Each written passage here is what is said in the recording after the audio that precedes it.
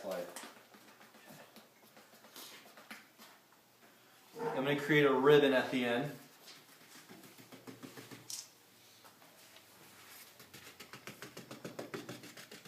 Now once I start printing, there's two things that is called, I have to kind of describe some stuff before I go into it. You have flooding and you have printing. Flooding is when you print but you don't apply pressure. Flooding is charging your image with slip.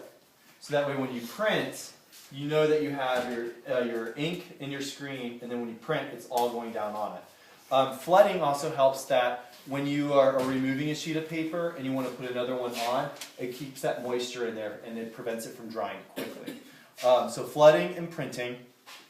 The other thing is I want to make sure that the ribbon of on-go that I put down, slip or ink, I'm going to use all three terms, that when I print, I want it to make sure that it goes away from the image and not too small, because then, well, funky things begin to happen. And I'm going to let you discover what those funky things happen as we dive into this. Is that a proper technique to do for students? Yes, sir. Okay. Yes, sir. Discovery. We were talking about the squeegees earlier, the durometer and its flexibility. When you start printing, let's talk a little bit about posture. When I was teaching this past winter to a class, I had a lot of people who would have their feet shoulder length apart or spread out and come out, and they did this like their butt comes out because you're overcompensating, and then they would do this.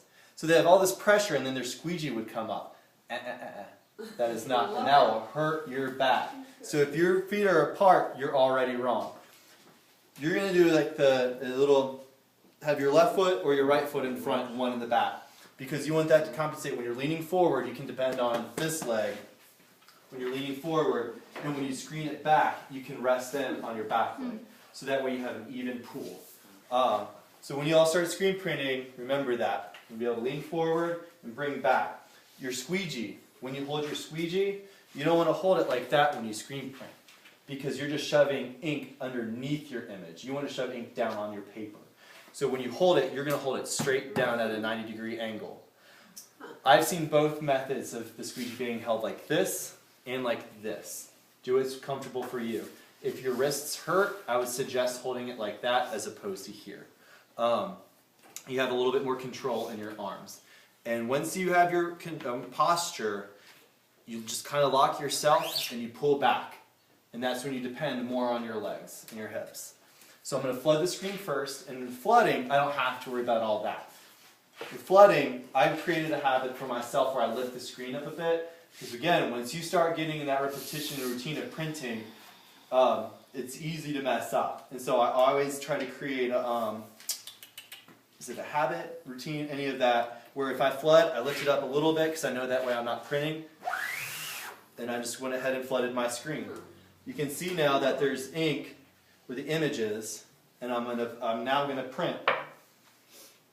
Printing, pull down, squeegee straight down. The durometer is soft, so the squeegee blade itself is what's going to push and angle the ink down. You don't need to be that person. So I'm holding it, I'm leaning forward, and I'm coming back, like so. This is a flimsy table. And then there's the first round. I'm going to do this about 2 or 3 times because I need to build up that pigment and that substance, so that way when glaze goes on it, there's enough of it there so that way the glaze doesn't eat it off, because I want a nice, clean, opaque image. So if it's still wet and I want to screen print again, I might not get an even pull out of that. So a hairdryer will help, but I also need to flood quickly. Grab some of that ink. You have to get in the habit of flooding, otherwise you're constantly washing out your screen because the ink is just dry. Before every time, before everyone. Before everyone. Especially here. So since that's flooded now, you want to work quickly. Situations that set up going on here. Do a low. I don't want to put my hairdryer on the screen. I'm keeping it low. That way it draws some of this moisture out. And then the pigment, the clay particles on the paper will now also assist with pulling the slip out from the screen.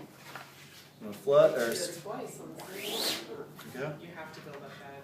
I'll do it about 3 times Oh, wow. On the same paper? on the same paper. And I don't want to move my paper because it's registered. If I move it, I'm not going to have a crisp image again. Is it connected down to the board? It is, with tape on the corners. Oh, okay. And notice I don't just rip the screen up, because if this is sticking to it, I'd rather lift it up slowly. 2. And I didn't flood, that's okay. Well, I was running out anyway. But you all will figure out a lot of this and be like, crap, why did I take this class? This is so frustrating. And then like the next day you're like, oh, I got it. Why was I frustrated? Flood, and this will be the last print. For those that aren't in the class, what are you screening with? I am using the Amico Jet Black On Go. And it comes dry, and so we add the amount of water, and we alter it by adding speedball screen printing acrylic medium. So here's then I'll flood again. Can you not flood from the other direction instead of? You can. Oh, okay.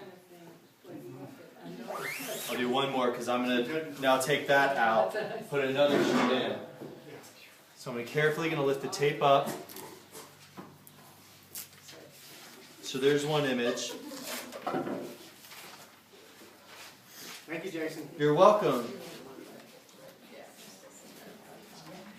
And then, honestly, if you all want to tape them up on the side of your boards, you want to tape it right there on the window, then I know that I have my registration tabs. I can go ahead and just place my paper back down, grab the tape from the side, one corner, move down, second corner, center out, next corner. Done.